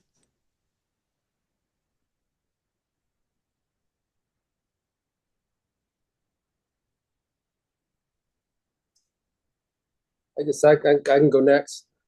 Oh. Hello?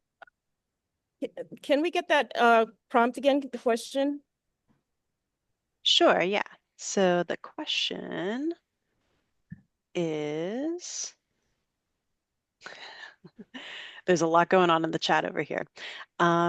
Can the artist please talk about how they plan on highlighting her role as the first ever Black person to get a PhD in economics, as discussed in the work of Dr. Nina Banks? Okay. So in my piece, I've included basically the plinth of the piece is the informational aspect of it. The fact that she was uplifted by knowledge. That's the idea that I'm working with. And so I'm putting that knowledge base in the plinth, including in the form of books. A couple of books that are, maybe it's more visible in this image. And then these are just like kind of like a hint towards the like actual information that would be noted on the piece, but then those things can actually trigger more information through augmented reality. And that's the potential throughout the whole piece. For me, I wanted to connect much of that to knowledge and then the community.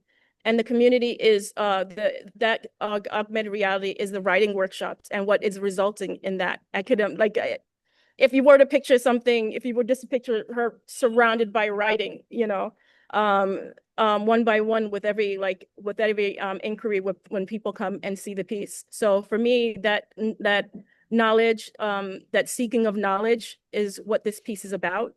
And that is, and her actual accomplishments in the academic world is going to be brought out in that piece, in the information as well, on the piece as well. And then of course you have, it goes further to see her portrait. And I did start with her as in that graduation, in the regalia of the graduation. Then I kind of went towards the hat, kind of like the fact that that hat takes up so much space. But in the end, this piece is about information and that freedom of having that information available to you. And it's right there. You can just walk up to it. And so that's what I want to portray in this piece, the kind of like that thirst for knowledge and that curiosity, because people will have to kind of search around the piece, and including the grounds of because right now it's being constructed. There's ability to embed into the grounds more of these profiles that I'm having in the piece. They can be occasionally embedded into the site. So yeah, this piece is all about the information and that access and the importance of education and her role, Sadie Alexander's role in that. Sorry, Excellent. Is it okay if I just jump in regards Yes, to that? please. I Yeah. recognize in my presentation, I think some of the artists spoke a bit more about that learning engagement plan.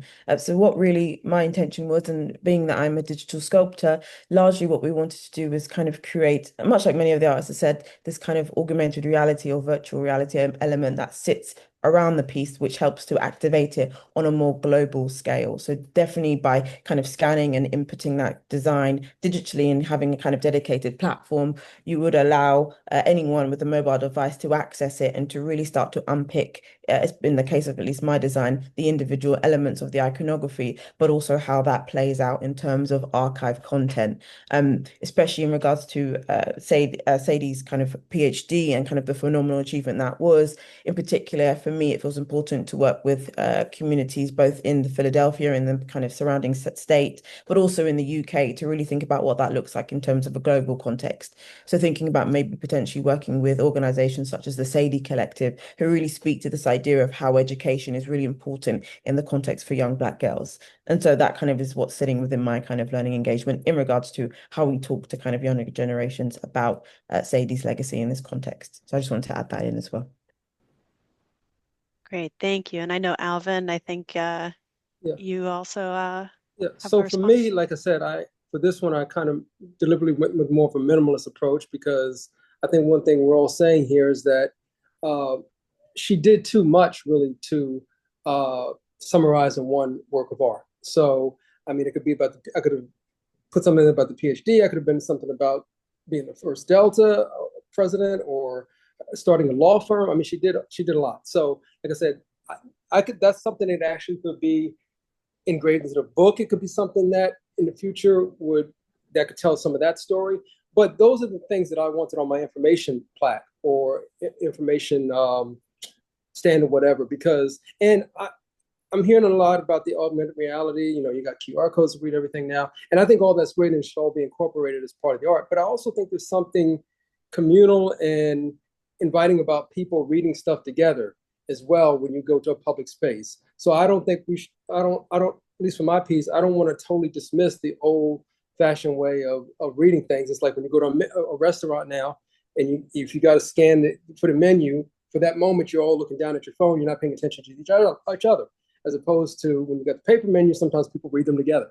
So that's why I like to keep also that information, things where people can kind of read things at the same time and share the experience together as well. And also have all the technologies there to glancing on your phone. But that's something that would be in my information plaque or my signage about her all that accomplishment and her other accomplishment. And like I said, could possibly be on a book as well.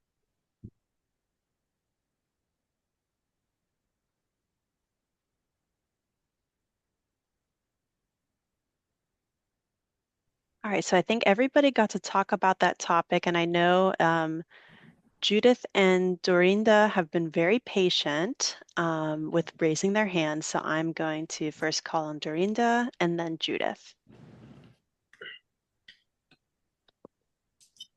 Thank you very much. Thank you very much. I just want to say these are all very beautiful pieces, and you can see the dedication and input from all the artists. I do want to lean into a little bit more on Vinnie Bagwell.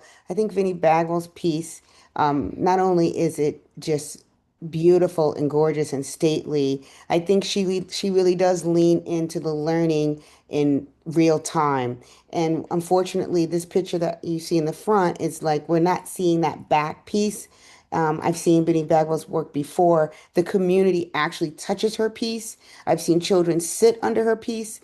And I think Vinnie should speak a little bit more about really, if she can come back on one more time, what we're not seeing and what she's really intending to do for the community on her 360-degree interactive on the spot learning monument that she has created. I think that's being lost as you guys talked about the augmented reality, and we're getting away from, the hard work and the texturizing that can be done, and that has been done already. So, Vinny, could you mind chiming in about that one again or a little bit deeper?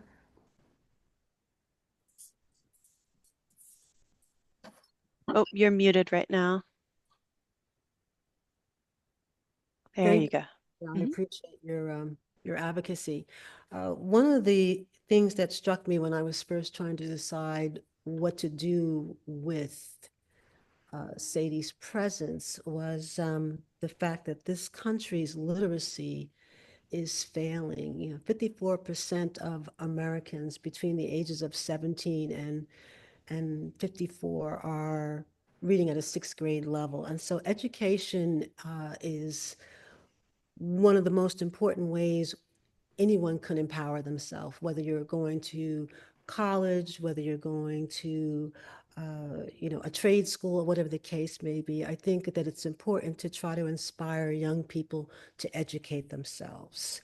And so one of the reasons why I have all of these faces of the civil rights advocates and the pioneers and whatnot is to spark inquiry. There's a lot of names on there that I imagine perhaps a lot of adults, have never heard of. As I began to delve into her history, even I learned some things like, for instance, Charles Hamilton Houston being the precursor to Thurgood Marshall.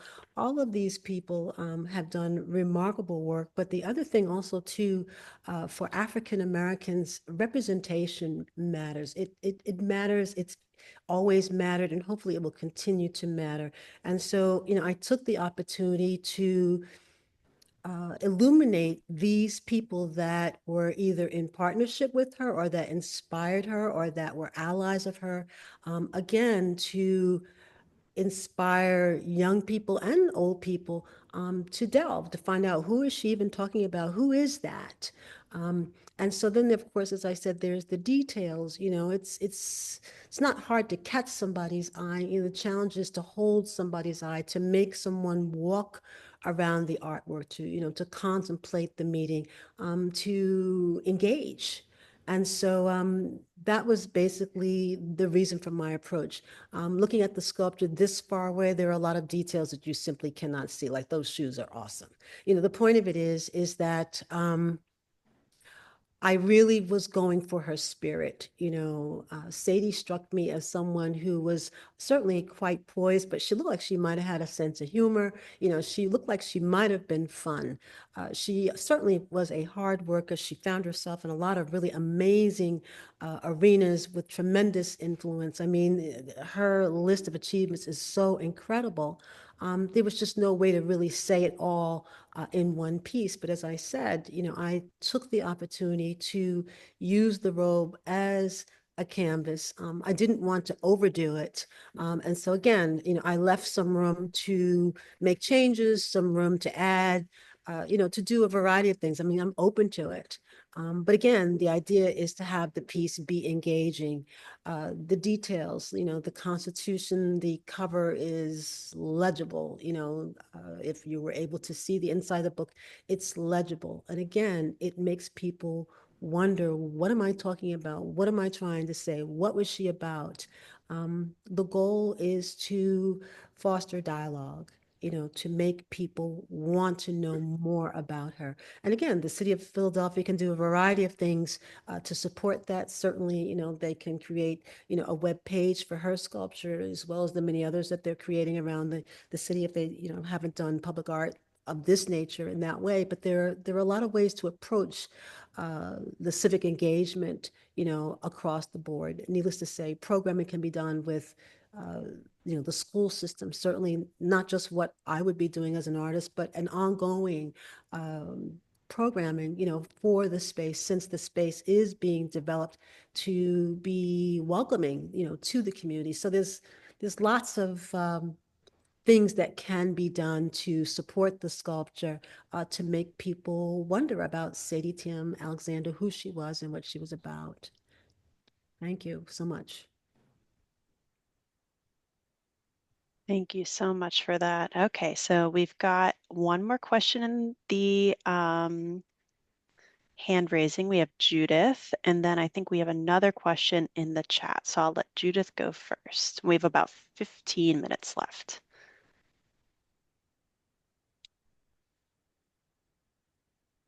Okay, go ahead, Judith. Thank you for the opportunity. I have a two-part question, or a statement or preference, and question. So thank you all.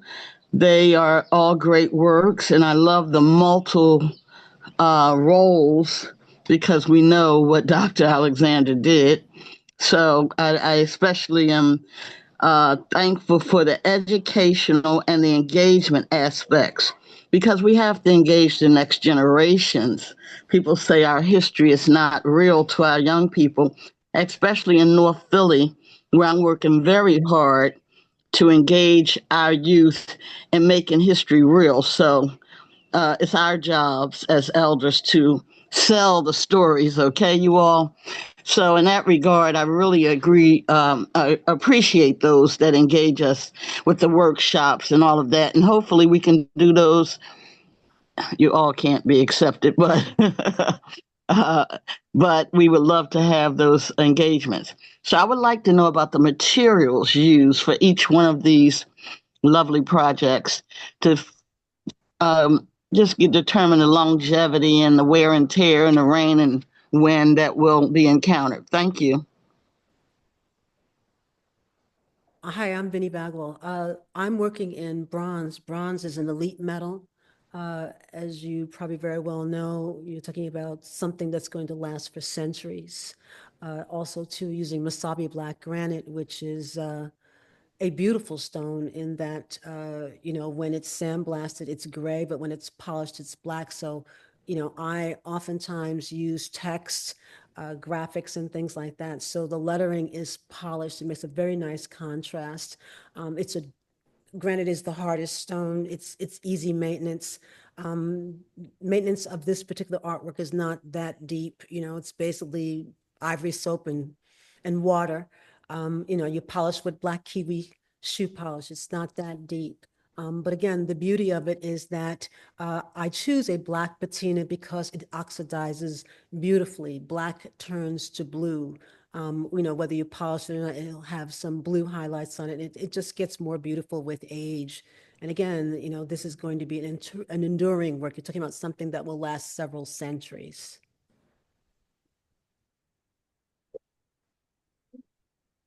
I can jump in here at Raven de Clark. I'll also be using bronze, specifically a silicone bronze, and for the base, a phosphor bronze. So much like Vinny said, it's an incredibly durable and well-tested material, especially in external environments. For my piece, and particularly how we build the sculpture digitally, we have a huge amount of flexibility in regards to the design, and particularly for the patination of the piece itself, we'll be using a progressive bronze polish, which means that as we kind of sandblast and bring back some of the detail into the piece, there'll be a lovely kind of golden hue patina that sits on this kind of darker brown bronze, and that will really help with this kind of weathering as it exists on the site for many years. So that's kind of my approach to at least the materials.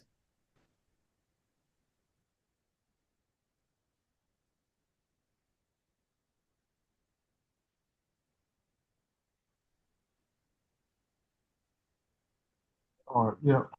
So will also be in bronze as well. And like Vinny, the artist said, the patina and the color is the thing that's going to pop the most for us because when it weathers, it's going to turn those greens and those blues. So it will highlight so much more the detail and the clothing texture of her hair and her face, and also where people will touch the sculpture at. Polishing those different areas. And on the base, that she'll be pedestal on the base that rises up behind her. That'll be anodized aluminum, which is a highly weather resistant, outdoor site specific material.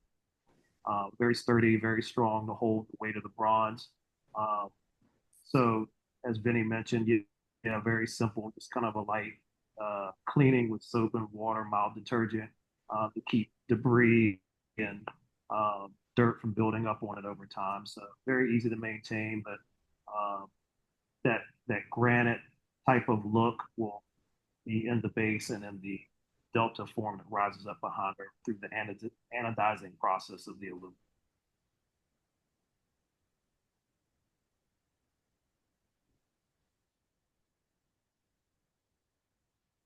So I can go next.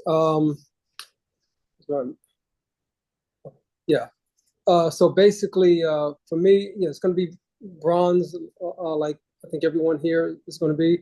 Now, my process is I sculpt all my sculptures in a Chavant wax clay initially.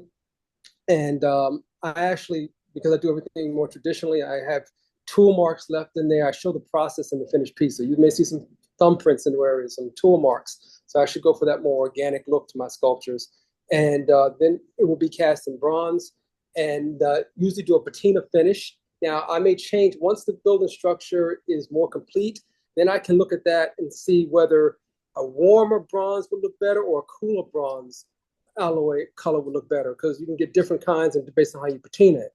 So what I'm showing here is more like a grayish warm bronze, and it's usually coated with a protective wax that just kind of protects the patina in there, and that's easy to reapply. So basically, for restorations, you can hit it with some steel wool and some recoating of wax, and it's going to give you a nice glow again for another 2 years or whatever. Or so it's easy to maintain. Or if you don't do that, then yes, some of the oxidation will set in and it gets more of these blue streaks in area. There's beauty. It has more of a natural beauty in its own way too. So it can go either way.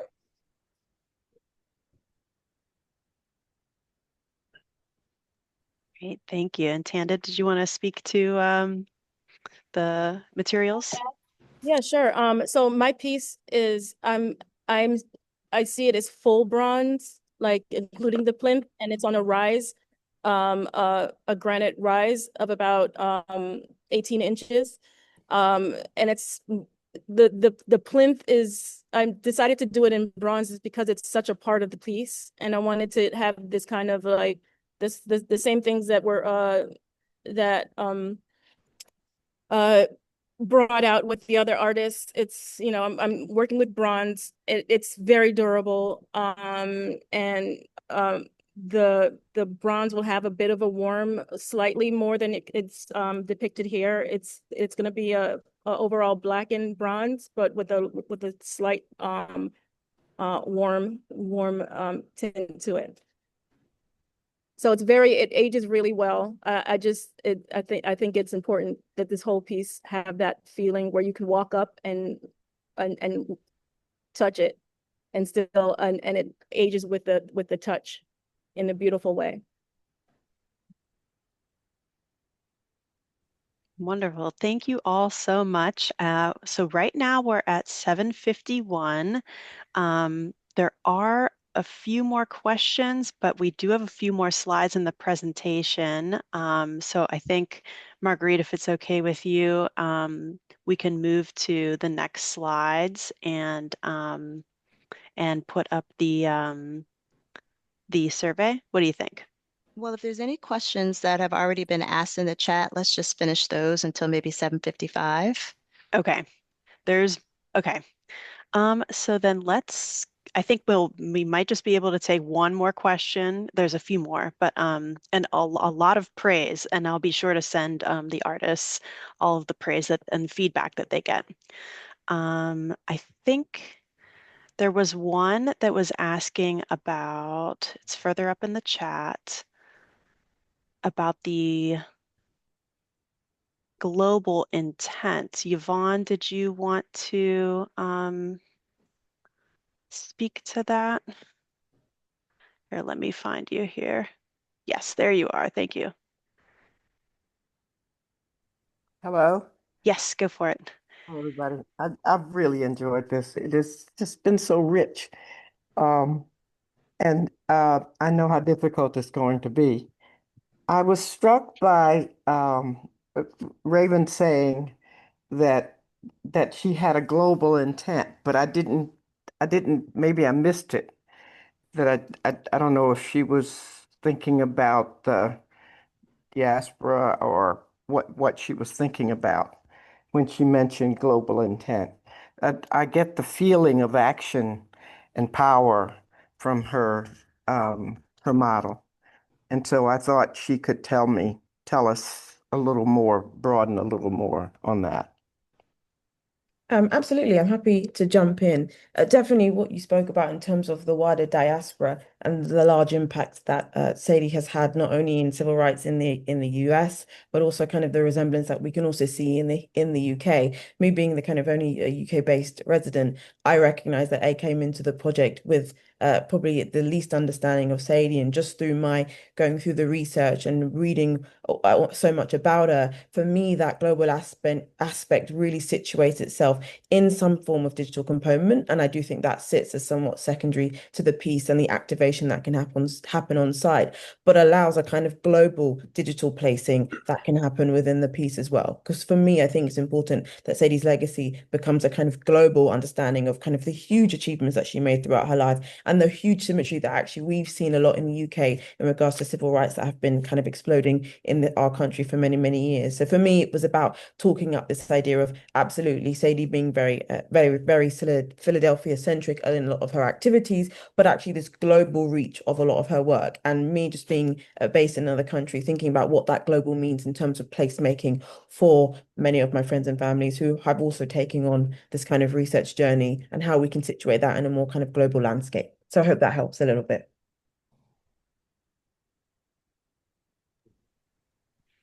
That's Can I wonderful. also add to that the aspect of global, the global possibilities of like these pieces.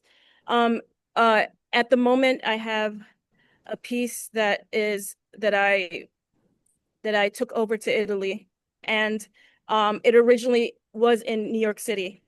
This piece was again I know people are saying the digital is not as important, but for me it really is.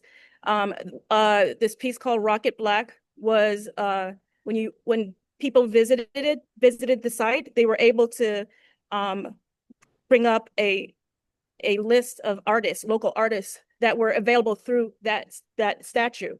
And now that piece is in Venice, and while in Venice, I gathered stories of the people connected to the piece, and it's showing in that statue.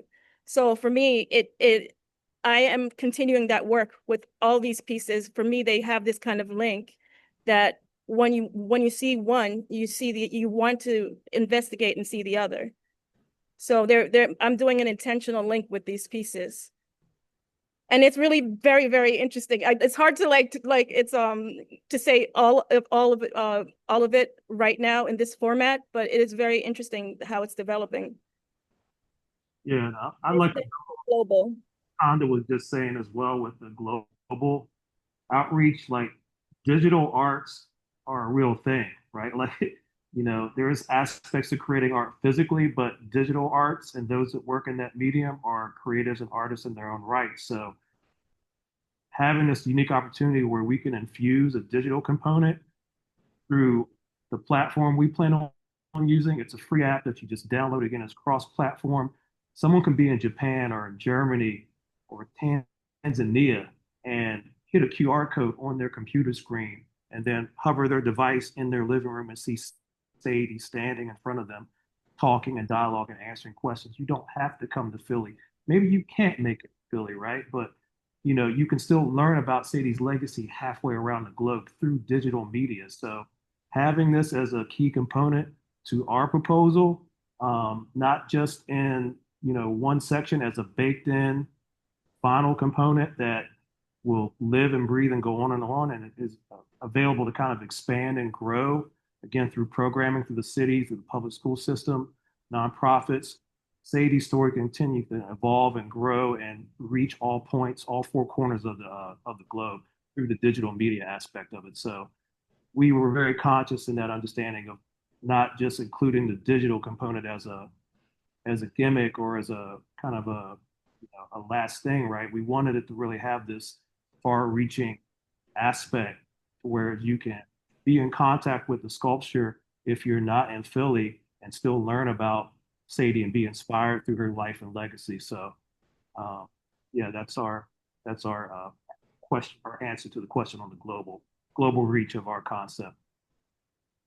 I want to talk still about representation, from slavery through Jim Crow and the Civil Rights era. Black women have sought education in America despite severe limitations. I mean, in the US today, Black women are one of the most educated groups among all demographics. And I want to advocate for people knowing that Black women are making up the largest share of recipients of bachelor's, master's, and doctorate degrees. Of course, Sadie was at the forefront of this. She was at the beginning of this. I think it's important that people know that about African American women, that we are educated, that we are seeking higher learning, that we are making a difference in evolving the country. That's the aspect that I want to stick with. Sadie T.M. Alexander was a major pioneer. I mean, she was on some of the most amazing committees that evolved this country in civil rights. And so for me, it's about representation as an educated woman, an African-American woman. There are people in other places in the world that think that Americans are stupid. It's like, well, American women are not. And that's what I'm here to represent.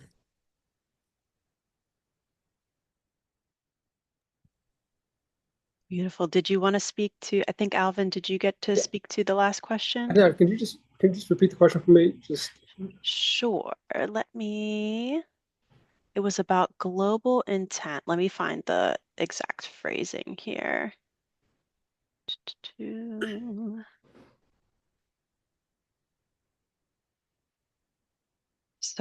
There's a lot of shout outs here in the chat.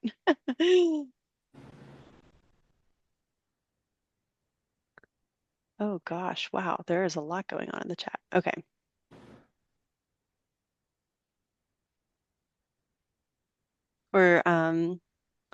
Let me see. Sorry about this.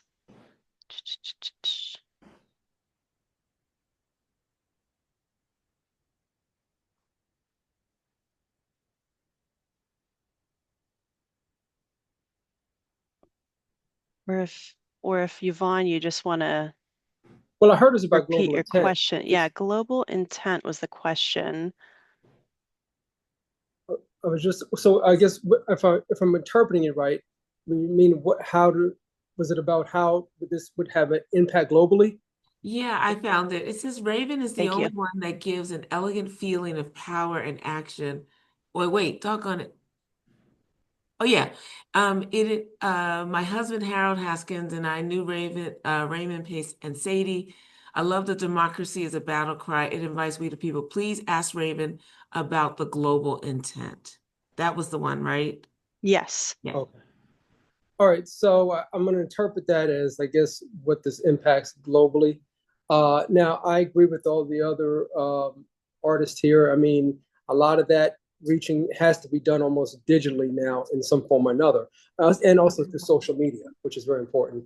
Now, one of the things, like I go back to one of my concepts is I like bringing the whole cultural aspect, the visual aspect of whether it be the attire that Sadie wore, the hat that will grab attention, which is a very African American traditional attire for women, especially during certain time periods. So, and also, like I said, I'm also going back to bringing in a world-renowned artist who happened to be her uncle, which I incorporated into the piece metaphorically with the face she's standing on, Henry Oswald Tanner. So I'm hoping to catch into things that can reach people globally, have a global impact through the visual aspect of it, and just make it visually inviting to want to share on social media, to want to learn more about her, to want to engage just by passing it. I don't want, I'd like people to walk up and say, "Well, who is that?" Sorry.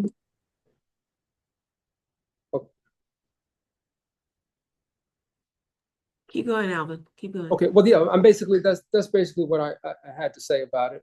And I think, like I said, I think we can all agree she did so much in her lifetime.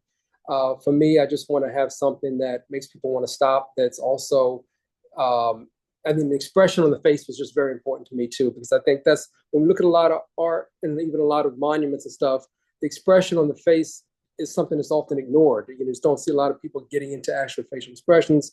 Everything kind of looks kind of straightforward and has a bland expression. In this case, Sadie was always smiling, and that's part of the thing I wanted to capture. And I think that reaches people from all nations. That's a universal language that people that come through Philly of any kind of country, any kind of background and nationality will understand a certain expression on a face that makes them want to learn more.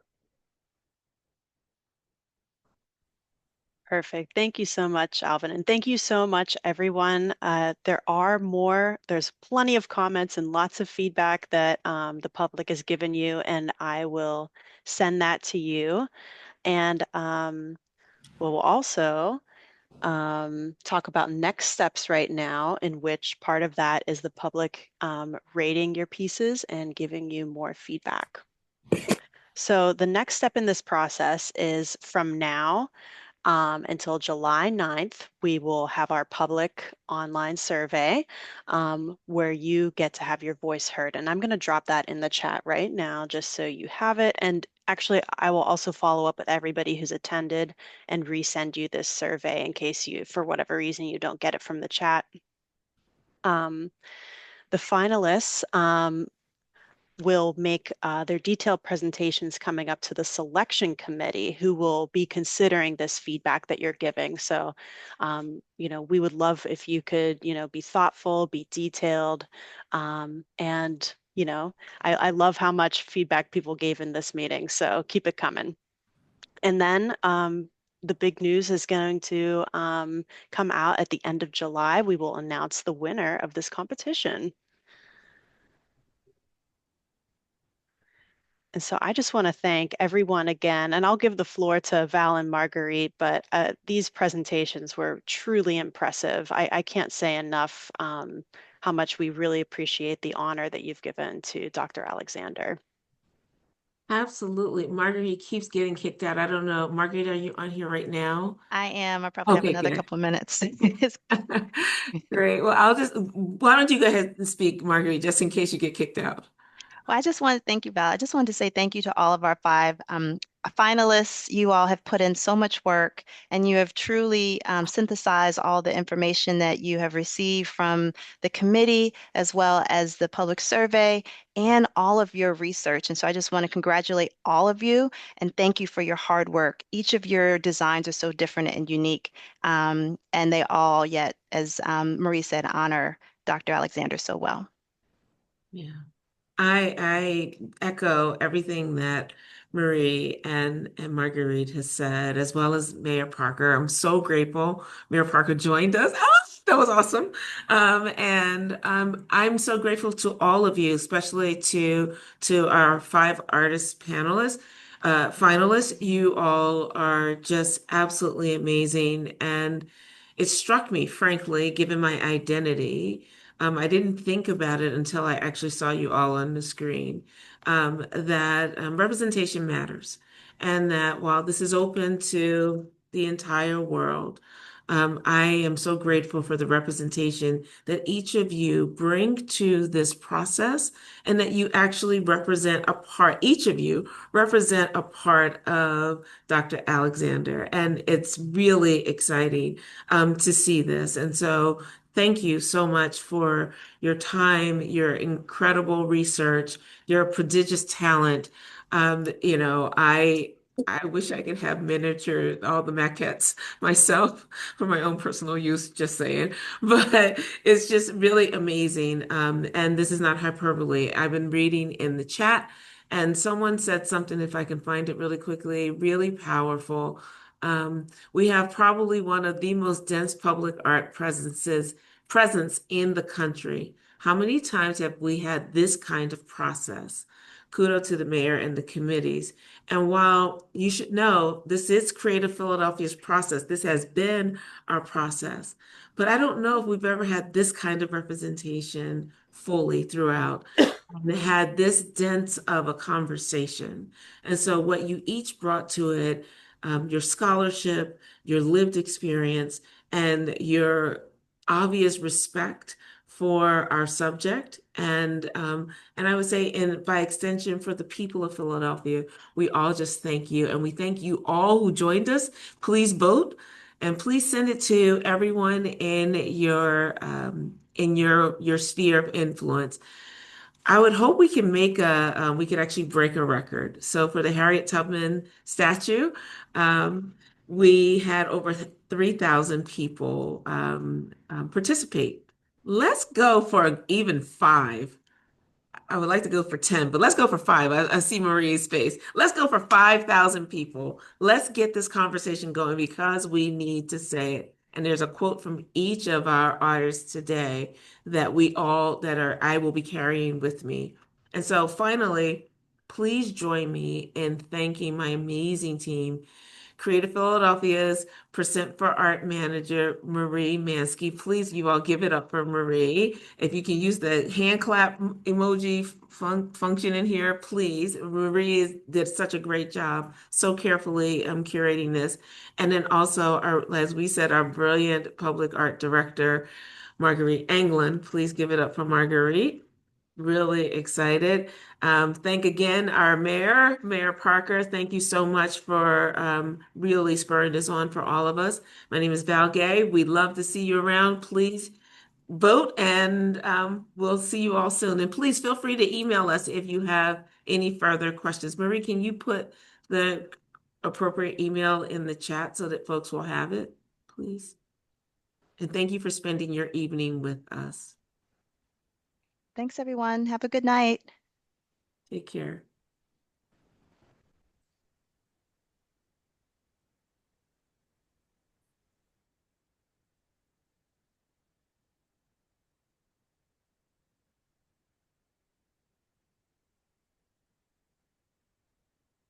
Theodore, do you still have your hand up? Are you still here?